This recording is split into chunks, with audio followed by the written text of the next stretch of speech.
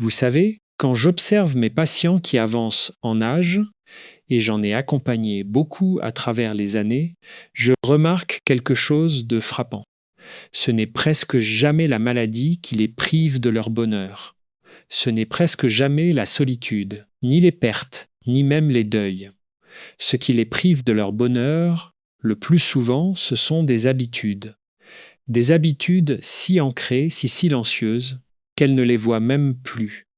Des façons d'être qui se sont installées progressivement, comme une fine couche de poussière sur un meuble précieux. On ne la voit pas au quotidien. Mais un jour, on passe la main dessus et on réalise qu'elle est là depuis longtemps. C'est de cela que je veux vous parler aujourd'hui. Avec respect, avec douceur, mais aussi avec franchise. Parce que je crois que vous méritez cette franchise. Après 70 ans, quelque chose change dans notre rapport au temps. Nous le savons, même si nous préférons parfois ne pas y penser, le temps devant nous est compté différemment que le temps derrière nous. Et cette réalité, au lieu de nous libérer, au lieu de nous pousser vers l'essentiel, pousse certains d'entre nous dans des directions qui éloignent du bonheur. Des directions que l'on emprunte non par malveillance envers soi-même, mais par habitude, par peur, par incompréhension de ce qui se passe vraiment en nous. Je ne suis pas ici pour vous juger. Je ne l'ai jamais été, ni dans mon cabinet, ni dans mes livres, ni ici. Je suis ici parce que je crois profondément que la conscience est le premier pas vers la transformation, et que la transformation est possible à tout âge. Je l'ai vu, je l'ai vécu.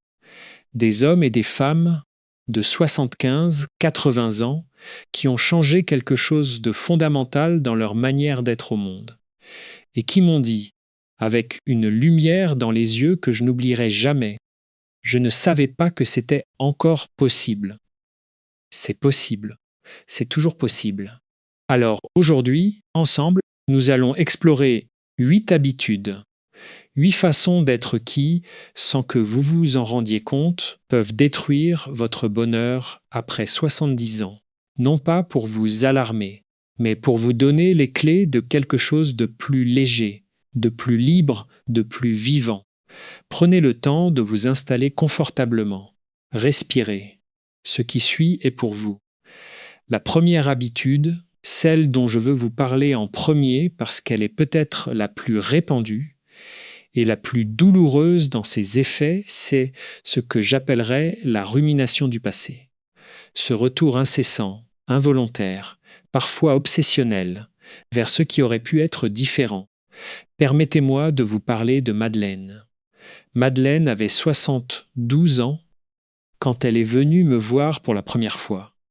Une femme cultivée, douce, avec un sourire qui semblait avoir connu des temps meilleurs. Elle m'a dit dès la première séance, « Je passe mes journées à rejouer des scènes de ma vie. Une dispute avec mon fils il y a 20 ans. Un choix de carrière que je n'ai pas fait. Un amour que j'ai laissé partir. Elle ne dormait pas bien. Elle ne profitait pas de ses petits-enfants vraiment. Elle était physiquement présente dans sa vie, mais mentalement, elle vivait dans un musée de regrets. La rumination du passé est un phénomène que la psychologie connaît très bien. Notre cerveau, et c'est fascinant et en même temps terriblement humain, notre cerveau est câblé pour revenir sur les expériences douloureuses. C'est un mécanisme de survie ancien, très ancien. À l'époque où nos ancêtres vivaient dans des environnements dangereux, se souvenir de ce qui avait mal tourné était une question de survie. Ne pas remettre la main dans le feu, ne pas retourner dans la vallée où le prédateur rôdait. Mais nous ne vivons plus dans ces vallées, et pourtant notre cerveau continue de rejouer les dangers. Sauf que les dangers ne sont plus des prédateurs. Ce sont des mots prononcés dans la colère. Des choix que l'on regrette, des relations qui ont mal tourné, des occasions manquées. Après 70 ans, quelque chose s'intensifie souvent de ce processus, parce que nous avons plus de passé que les jeunes. Mathématiquement, il y a plus à ruminer. Et parce que face à l'idée de la finitude, le cerveau essaie parfois de résoudre rétrospectivement ce qui ne peut pas être résolu. Il cherche à réécrire ce qui est déjà écrit. Mais voilà ce que je veux vous dire avec la plus grande clarté possible. Ruminer ne résout rien. La rumination n'est pas de la réflexion. Ce n'est pas de l'analyse. C'est une roue qui tourne dans le vide. Elle use, elle épuise, elle prive du présent sans rien changer au passé.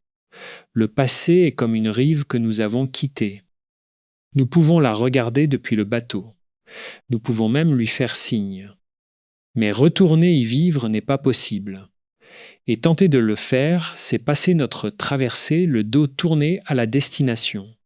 Ce qui aide, et je l'ai vu fonctionner encore et encore, c'est d'apprendre à différencier la mémoire saine de la rumination toxique. La mémoire saine, c'est revisiter le passé pour en extraire quelque chose. Une leçon, une gratitude, une réconciliation intérieure. La rumination, c'est y retourner sans but, comme un chien qui mâche un os vide. Ça fait du bruit, ça occupe, mais ça ne nourrit pas. Si vous vous surprenez à rejouer une scène pour la 100e fois, posez-vous cette question simple. Qu'est-ce que ce souvenir essaye de me dire que je n'ai pas encore entendu ? Parfois, il y a quelque chose à entendre. Une culpabilité à transformer en pardon de soi. Un deuil à traverser plutôt qu'à contourner. Mais souvent, très souvent, la réponse est « rien de nouveau ». Et cette réponse, étrangement, peut être libératrice. Elle nous donne la permission de poser ce fardeau. Madeleine, au bout de quelques mois, a appris à reconnaître le moment où elle basculait dans la rumination. Elle avait développé ce que j'appelle une conscience de l'entrée, le moment précis où l'on glisse d'un souvenir vers une spirale. Et à chaque fois qu'elle reconnaissait ce moment, elle avait une phrase qu'elle se disait à elle-même doucement, sans violence. « J'ai déjà pensé à ça. J'en ai tiré ce que je pouvais. C'est assez. » Et elle ramenait qu'au présent, pas en forçant, pas en se réprimandant, mais comme on rappelle doucement un enfant qui s'est éloigné. Le présent, c'est là où se trouve la vie. C'est là où sont vos petits-enfants, votre tasse de thé le matin, la lumière sur le jardin, la voix d'un ami. Le passé mérite notre respect, notre mémoire, parfois notre gratitude. Mais il ne mérite pas nos journées. Passons maintenant à la 2e habitude. Celle-ci est plus subtile. Elle se cache souvent derrière ce qui ressemble à de la sagesse, à de la modestie. Je l'appelle l'habitude de minimiser ses besoins. Il y a une génération entière, et je pense que beaucoup d'entre vous vous reconnaîtront, qui a grandi avec l'idée que les besoins personnels étaient presque une faiblesse. Que demander de l'aide, exprimer un désir, dire j'ai besoin de ceci, était en quelque sorte impudique, égoïste même. On s'occupait des autres, on se taisait sur soi, on portait, on endurait. Et cette façon d'être a traversé les décennies. Elle est arrivée jusqu'à 70 ans, 80 ans, intacte ou presque. Et après cet âge, elle prend une forme particulièrement pernicieuse. Parce que les besoins augmentent, besoin de soins, de présence, de connexion, d'aide concrète. Mais l'habitude de les taire reste. Et le résultat, c'est une accumulation silencieuse de manque. Une frustration qui ne s'exprime pas, qui ne trouve pas de mots et qui finit par se transformer en quelque chose d'autre, en amertume, en retrait, en sentiment d'être incompris. J'ai connu un homme, Robert, 78 ans, ancien médecin. Il avait passé sa vie à prendre soin des autres, littéralement. C'était son métier, mais c'était aussi son identité profonde. Quand il a commencé à avoir besoin lui-même, d'aide pour certaines tâches, de présence, de quelqu'un qui s'intéresse à comment il allait vraiment, il ne savait pas comment le demander. Il ne savait même pas comment le formuler en pensée. Il me disait « Je sais diagnostiquer n'importe quelle maladie, mais dire j'ai besoin de compagnie, ça je n'ai jamais appris. Ce que nous n'apprenons pas à exprimer, nous le subissons. C'est une loi humaine que j'ai observée des centaines de fois dans ma pratique. Le besoin non exprimé ne disparaît pas. Il se transforme. Il devient silence blessé, il devient reproche muet, il devient dépression masquée. Apprendre à nommer ses besoins après 70 ans, ce n'est pas régresser, ce n'est pas devenir dépendant. C'est faire preuve d'une maturité profonde. C'est reconnaître que vous êtes humain, que vous avez de la valeur, que vos besoins méritent d'être entendus autant que ceux des autres. Et parfois, le premier pas, c'est simplement de se poser la question : de quoi ai-je besoin en ce moment ? Pas demain, pas de façon abstraite. En ce moment. De calme, de connexion, d'être entendu, d'aide pratique, de tendresse. La réponse arrive souvent plus vite qu'on ne le croit. Et une fois qu'on l'a entendue en son soi, on peut commencer à la murmurer aux bonnes personnes. Robert, vers la fin de notre travail ensemble, a dit quelque chose que je n'oublierai pas. Il m'a dit : j'ai mis 78 ans pour apprendre à dire « j'ai besoin de vous ». Mais maintenant que je sais le dire, je me sens plus fort qu'avant, pas plus faible. C'est exactement ça. La vulnérabilité exprimée est une forme de courage. Et le courage nourrit le bonheur bien plus efficacement que la résistance silencieuse. Si jusqu'ici, quelque chose de ce que vous avez entendu vous a touché, je vous invite à vous abonner à cette chaîne.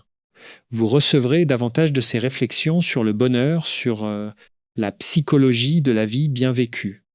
Et si quelqu'un autour de vous pourrait bénéficier de ces mots, pensez à partager cet épisode. Venons-en à la 3e habitude. Et celle-ci, je dois vous dire, me tient particulièrement à cœur, parce que je l'ai observée avec une régularité presque douloureuse. C'est l'habitude de comparer. Non pas comparer pour s'améliorer, ce qui peut avoir une utilité, mais comparer pour se diminuer, pour se juger déficient, pour mesurer sa propre vie à l'aune de celle des autres, et en ressortir systématiquement avec le sentiment d'avoir moins, d'être moins, d'avoir moins bien réussi. Après 70 ans, cette habitude prend des formes très spécifiques. On compare sa santé à celle d'un ami qui semble aller si bien. On compare la réussite de ses enfants à celle des enfants des autres. On compare sa retraite, son logement, ses voyages, ses loisirs. Et surtout, et c'est peut-être le plus douloureux, on compare sa propre vie à une version idéalisée de ce qu'elle aurait pu être. Un contrefactuel intérieur permanent. Si j'avais fait ce choix plutôt que cet autre, si j'avais épousé cette personne, si j'avais accepté ce poste, le problème avec la comparaison systématique, c'est qu'elle est fondamentalement truquée. Quand nous comparons rarement de façon juste. Nous prenons les aspects les plus visibles, les plus brillants de la vie des autres, et nous les confrontons aux aspects les plus sombres, les plus intimes de la nôtre. Nous voyons le sourire de notre ami sur la photo de son voyage. Nous ne voyons pas ses insomnies, ses inquiétudes, ses peines. Nous voyons la maison de notre neveu. Nous ne voyons pas ses dettes, ses tensions conjugales, ses angoisses nocturnes. C'est une comparaison entre leur façade et notre intérieur. Et naturellement, cette comparaison nous écrase. Il y a un chercheur américain, Leon Festinger, qui a décrit ce processus dès les années 50 avec ce qu'il appelait la théorie de la comparaison sociale. Nous sommes câblés pour nous comparer. C'est inévitable. Mais ce qui n'est pas inévitable, c'est de laisser cette comparaison dicter notre sentiment de valeur. Ce que j'encourage mes patients à développer, et c'est un travail de patience, de douceur envers soi, c'est ce que j'appelle la référence intérieure. Plutôt que de mesurer sa journée, sa semaine, sa vie à l'aune des autres, on apprend à mesurer à l'aune de soi-même. Ai-je été fidèle à mes valeurs aujourd'hui ? Ai-je agi avec bienveillance ? Ai-je pris soin de ce qui compte pour moi ? Ai-je progressé, même d'un tout petit pas, dans la direction que je veux suivre ? Ces questions ramènent à soi. Elles court-circuitent la comparaison. Parce qu'on ne peut pas être à la place des autres. On ne peut être qu'à la sienne. Et la sienne, vécue pleinement, consciemment, avec ses limites et ses richesses propres, vaut infiniment plus qu'une vie fantasmée construite sur l'image tronquée des autres.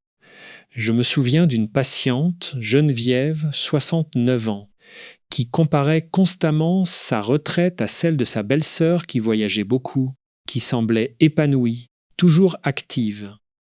Geneviève, elle, avait des problèmes de mobilité. Elle ne pouvait pas voyager. Elle se sentait diminuée, moins intéressante, moins heureuse.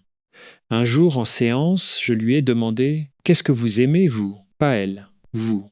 Et elle a eu un silence, un long silence. Puis elle a dit « J'aime lire, j'aime écrire des lettres, j'aime le jardin le matin. » Et j'ai dit « Alors c'est là que vous vivez, pas dans les voyages de votre belle-sœur. » Cette prise de conscience, simple en apparence, lui a ouvert quelque chose.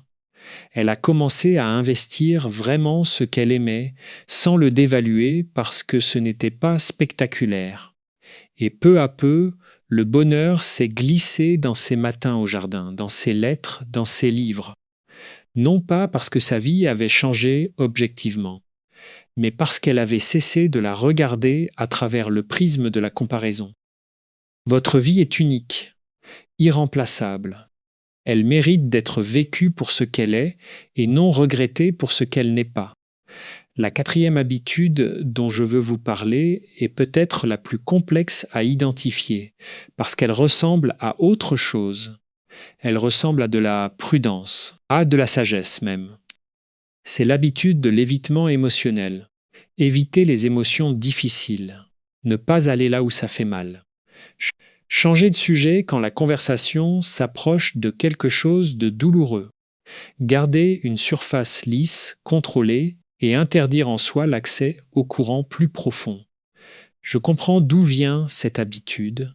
Elle vient souvent d'une vie entière où les émotions n'avaient pas de place, où il fallait être fort, où pleurer était un signe de faiblesse, où parler de ce qu'on ressentait vraiment n'était pas dans la culture familiale, pas dans la culture professionnelle, pas dans la culture tout court pour certaines générations. Mais voilà ce que les neurosciences et la psychologie clinique nous disent aujourd'hui avec une clarté que je trouve presque bouleversante. Les émotions que nous n'accueillons pas ne disparaissent pas. Elles trouvent d'autres voies. Elles se manifestent dans le corps. Tension, douleur chronique, fatigue inexpliquée. Elles se manifestent dans les comportements. Irritabilité, retrait, rigidité. Elle se manifeste dans la qualité du lien avec les autres, une distance imperceptible mais réelle, un empêchement d'aller vraiment vers l'autre. Le chercheur James Pennebaker a passé des décennies à étudier ce que se passe dans le corps et dans l'esprit quand on exprime ses émotions plutôt que de les réprimer. Ses résultats sont remarquables. Les personnes qui apprennent à nommer, à écrire, à exprimer leurs états émotionnels ont une meilleure santé physique, une meilleure santé mentale, des relations de meilleure qualité. Simplement parce que l'énergie consacrée à tenir les émotions à distance se libère. Et cette énergie peut alors aller vers la vie. Après 70 ans, certaines émotions deviennent plus présentes et plus insistantes. La peur de la mort ou du déclin, le deuil des proches disparus, le sentiment de ne plus être utile comme avant, la nostalgie d'une époque révolue. Ces émotions-là, si on les évite, s'épaississent. Elles deviennent un fond sonore permanent, une musique de fond mélancolique qui colore tout sans jamais être vraiment entendue. Mais si on leur fait de la place, et par leur faire de la place, je ne veux pas dire s'y noyer, mais simplement les reconnaître, les nommer, les laisser traverser. Quelque chose se libère, un espace, une légèreté paradoxale qui vient non pas de l'absence de douleur, mais de l'acceptation de sa présence. Je me souviens d'Henri, 81 ans, qui avait perdu sa femme 2 ans avant notre première rencontre. Il n'avait pas pleuré. Il me l'a dit clairement, presque fièrement, au début. Je ne suis pas quelqu'un qui pleure. Mais il ne dormait plus. Il mangeait à peine. Il n'avait plus de goût pour rien. Le chagrin qu'il n'avait pas accueilli l'habitait quand même, mais en silence, en sourdine, en le vidant de l'intérieur. Notre travail ensemble a été, lentement, de lui donner la permission de ressentir ce qu'il ressentait. Ce n'était pas facile pour lui. C'était contre toute une vie de construction identitaire. Mais le jour où il a finalement pleuré, vraiment pleuré, il m'a regardé après, les yeux rouges, et il a dit « C'est étrange, je me sens plus léger, pas guéri, pas au-delà du deuil, mais moins seul avec lui-même. » Accueillir ces émotions, c'est leur dire « Tu existes, je te vois, tu fais partie de moi. » Et cette reconnaissance, aussi simple qu'elle paraisse, est souvent le début d'une transformation profonde. Si ce que vous entendez vous parle, prenez un moment pour vous abonner à cette chaîne. Chaque épisode est une invitation à aller un peu plus loin dans la compréhension de vous-même. Et partager cet audio avec quelqu'un en qui vous pensez, c'est peut-être le plus beau cadeau que vous puissiez lui faire aujourd'hui. Passons à la 5e habitude. Celle-ci touche aux relations, et elle est d'une subtilité redoutable. C'est l'habitude de s'isoler progressivement tout en attendant des autres qu'ils fassent le premier pas. Je l'appelle parfois le paradoxe du retrait orgueilleux. On se retire, on se referme, on répond moins aux messages, on décline les invitations, on réduit les contacts. Et en même temps, on souffre de solitude. On attend que les autres se manifestent. On s'irrite qu'ils ne le fassent pas. On interprète leur silence comme un manque d'amour, un désintérêt, un abandon. Ce paradoxe est extrêmement courant après 70 ans et il s'intensifie avec l'âge. Plusieurs facteurs y contribuent. La mobilité réduite peut compliquer les rencontres physiques. La perte d'être cher crée des trous dans le tissu social que l'on ne sait pas toujours comment recoudre. La retraite supprime des contextes naturels de socialisation. Et parfois, une forme de fatigue relationnelle s'installe. On a donné tant de soi pendant des décennies que le simple fait d'entretenir une relation semble demander une énergie que l'on t'a plus. Mais voici ce que je dois vous dire. L'isolement nourrit l'isolement. C'est un cercle. Plus on se retire, plus le retrait devient confortable et effrayant en même temps. Confortable parce qu'on n'a plus à faire d'efforts. Effrayant parce que les compétences relationnelles s'érodent. Parce que la solitude creuse ses sillons. Parce que le sentiment d'être à part des autres se renforce.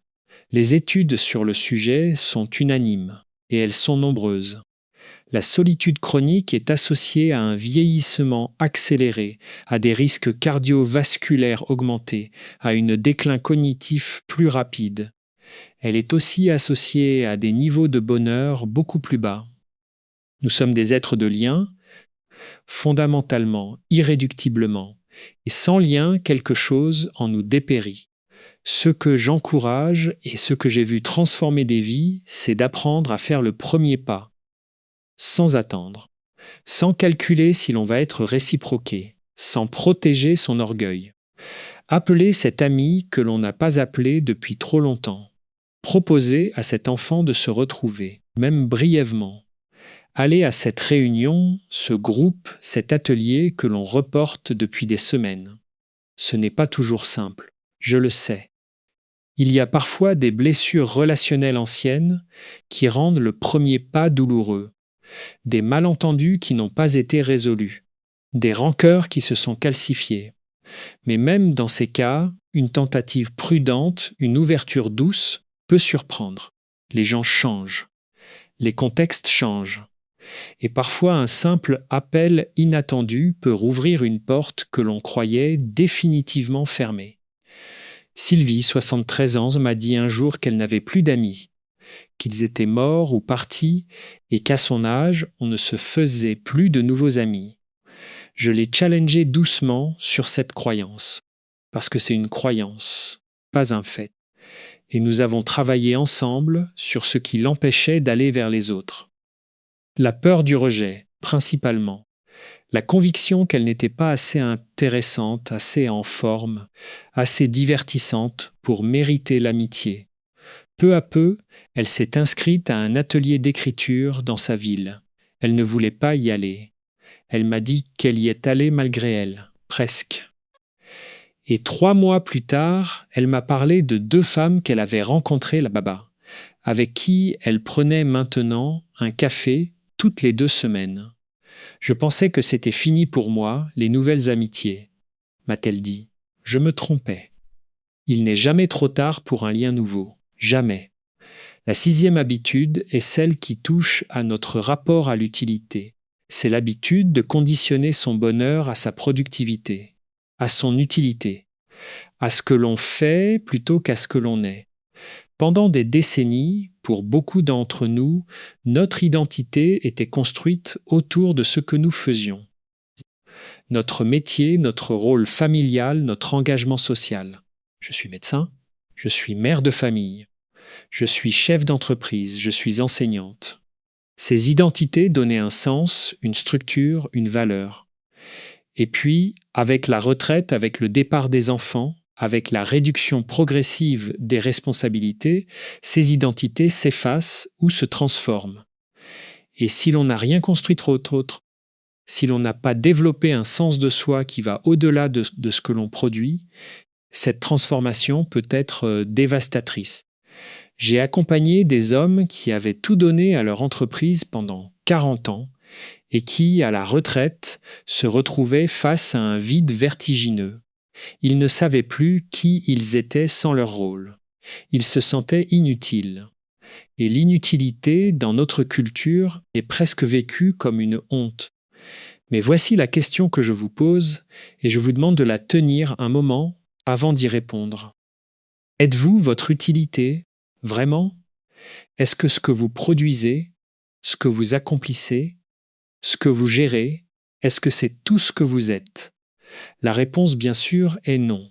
Vous êtes une conscience, une histoire unique, une façon particulière de voir le monde, d'entendre la musique, de ressentir la lumière du matin, d'aimer les personnes qui vous sont chères. Vous êtes une présence. Et la présence a une valeur qui ne se mesure pas en termes d'utilité. Les traditions de sagesse, qu'elles soient philosophiques ou spirituelles, ont toutes dit quelque chose de semblable à différentes façons. L'être précède le faire. Vous existez avant d'agir. Votre valeur n'est pas conditionnelle à votre performance. Ce n'est pas toujours facile à intégrer dans une culture qui valorise tellement la productivité. Mais c'est un travail qui vaut vraiment la peine d'être fait. Parce que quand on réussit à se défaire de cette équation, je suis utile, donc j'ai de la valeur, quelque chose de profond se détend. On peut simplement être là, avec les autres, avec soi, avec la vie telle qu'elle est, dans sa beauté ordinaire et quotidienne. Un jardin cultivé non pas pour produire des légumes, mais pour le plaisir de mettre les mains dans la terre. Une promenade sans destination particulière. Une lecture pour le simple plaisir d'une belle phrase. Une conversation longue avec un petit enfant, sans autre but que d'être ensemble. Ce sont ces moments-là qui nourrissent le bonheur. Non pas parce qu'ils produisent quelque chose, mais parce qu'ils sont. Laissez-moi vous parler maintenant de la 7e habitude, qui est peut-être celle dont on parle le moins, mais qui fait des dégâts considérables. C'est l'habitude de résister au changement. Non pas le changement pour le changement, bien sûr, mais la résistance rigide à toute évolution, à toute nouveauté, à toute adaptation que la vie demande. Après 70 ans, les changements s'accélèrent souvent. Le corps change. Les capacités changent. Le cercle social change. Parfois, le lieu de vie change. Les technologies changent et créent une distance avec un monde qui semble évoluer sans nous attendre. Et face à tous ces changements, une réaction naturelle et compréhensible est de se cramponner à ce que l'on connaît, à ses habitudes, ses routines, ses certitudes, à une époque où l'on se sentait plus à l'aise, plus compétent, plus central. Cette résistance est humaine, profondément humaine. Mais quand elle devient rigide, quand elle se transforme en refus catégorique de tout ce qui est nouveau, quand elle s'accompagne d'un discours intérieur du type « c'était mieux avant », Je ne comprends plus rien, ce monde n'est plus pour moi. Elle isole. Elle coupe de la vitalité, de la curiosité, de la connexion avec les générations plus jeunes. La neuroplasticité, et c'est une découverte scientifique qui me remplit d'espoir. La neuroplasticité ne s'arrête pas à 70 ans. Notre cerveau continue de former de nouvelles connexions, de s'adapter, d'apprendre, jusqu'à un âge très avancé, à condition qu'on lui en donne l'occasion. La curiosité intellectuelle est comme un muscle. Si on ne l'utilise pas, il s'atrophie. Mais si on l'utilise, il reste actif, il reste vivant. Apprendre quelque chose de nouveau n'a pas besoin d'être spectaculaire. Ce n'est pas nécessairement apprendre à utiliser un smartphone ou s'initier à l'intelligence artificielle, même si cela peut être enrichissant. Ça peut être apprendre une nouvelle recette, lire un auteur que l'on ne connaissait pas, s'intéresser à l'histoire d'un pays que l'on n'avait jamais exploré, écouter un genre musical inconnu et se cesser surprendre. Ce que nourrit la curiosité, c'est l'ouverture. Et l'ouverture nourrit le bonheur, parce qu'elle maintient vivant le sentiment que le monde a encore des choses à offrir. Que l'aventure n'est pas terminée, que demain peut encore surprendre. Michel, 75 ans, était venu me voir en disant qu'il se sentait dépassé partout. Il refusait d'utiliser un ordinateur. Il refusait de changer ses habitudes alimentaires malgré des conseils médicaux. Il refusait même de changer son trajet habituel pour ses promenades. Tout changement lui semblait une menace. Nous avons travaillé non pas à le forcer à changer, mais à comprendre ce que le changement représentait pour lui. Et ce que nous avons découvert, c'est que chaque changement lui rappelait que le temps passait, que le monde avançait sans lui, que la mort était réelle. Sous sa résistance au changement, il y avait une peur de la mort très présente. Quand nous avons commencé à travailler sur cette peur-là, avec respect, avec douceur, la résistance au changement pratique a commencé à s'assouplir naturellement. Comme si, en acceptant la réalité du temps qui passe, il pouvait paradoxalement se réconcilier avec le présent tel qu'il est. Si ce que vous entendez vous touche, si ces réflexions résonnent en vous, pensez à vous abonner à cette chaîne et à laisser un commentaire. Vos retours m'importent. Ils m'aident à comprendre ce qui vous aide vraiment. Nous arrivons maintenant à la 8e et dernière habitude. Et j'ai gardé celle-ci pour la fin parce qu'elle me semble être, d'une certaine façon, la mère de toutes les autres. Elle les nourrit, elle les amplifie, elle les maintient en place. C'est l'habitude de l'autocritique permanente. Ce discours intérieur que j'entends si souvent dans la bouche de mes patients âgés, ce flot continu d'auto-jugement. Je ne suis plus ce que j'étais. J'ai gâché mes meilleures années. J'aurais dû être un meilleur père, une meilleure mère. Je n'ai pas assez profité. J'ai fait les mauvais choix. Je suis trop vieux pour changer. Ce tribunal intérieur permanent, impitoyable, qui ne prend jamais de vacances. Ce que la psychologie nous dit sur l'autocritique est clair et inquiétant. Une autocritique élevée est associée à des niveaux plus élevés de dépression, d'anxiété, de mal-être. Elle ne motive pas contrairement à ce que certains croient. Elle inhibe, elle paralyse, elle érode l'estime de soi jusqu'à ce qu'il n'en reste qu'une coquille fragile. Et après 70 ans, l'autocritique prend souvent une saveur particulièrement amère parce qu'elle s'accompagne de ce sentiment que le temps du changement est passé. Je ne mérite pas ce bonheur. Il est trop tard pour moi. Je suis ce que je suis et ce n'est pas suffisant. Je veux vous dire quelque chose avec la plus grande conviction que je peux mettre dans ces mots. Vous n'avez pas besoin d'être différent pour mériter le bonheur. Vous n'avez pas besoin d'avoir été parfait. Vous n'avez pas besoin d'avoir tout réussi. Vous avez traversé des décennies de vie avec ses joies, ses erreurs, ses pertes, ses victoires. Cette traversée mérite du respect. Elle mérite de la compassion. La compassion envers soi-même, ce que les chercheurs comme Christine Neff appellent la self-compassion, n'est pas de l'indulgence. Ce n'est pas se donner le droit de ne faire aucun effort. C'est simplement s'appliquer la même gentillesse que l'on appliquerait à un ami cher. Si un ami cher vous disait « J'ai fait des erreurs dans ma vie, je n'ai pas toujours été à la hauteur », vous ne le détruiriez pas avec des jugements impitoyables. Vous lui diriez « Tu as fait du mieux que tu pouvais avec ce que tu avais et ce que tu savais à ce moment-là. » Alors pourquoi ne vous dites-vous pas la même chose ? Cette différence de traitement entre soi et les autres est d'une révélation quand on la met en lumière. On a pour soi une sévérité que l'on ne s'autoriserait jamais envers un être aimé. Et quand on prend conscience de cela, quelque chose peut commencer à changer. Développer la compassion envers soi, c'est un travail, un vrai travail. Ça ne se fait pas en une nuit. Mais chaque petit geste dans cette direction compte. Chaque fois que l'on s'attrape à se critiquer et que l'on pose la question « Est-ce que je parlerai ainsi à quelqu'un que j'aime ?» Chaque fois que cette question crée une pause, un espace, une hésitation, c'est une victoire, petite mais réelle. Et ces petites victoires s'accumulent, comme des gouttes d'eau qui, avec le temps, creusent le rocher. Peu à peu, le discours intérieur change de tonalité. Pas complètement, pas du jour au lendemain, mais il se réchauffe, il s'adoucit.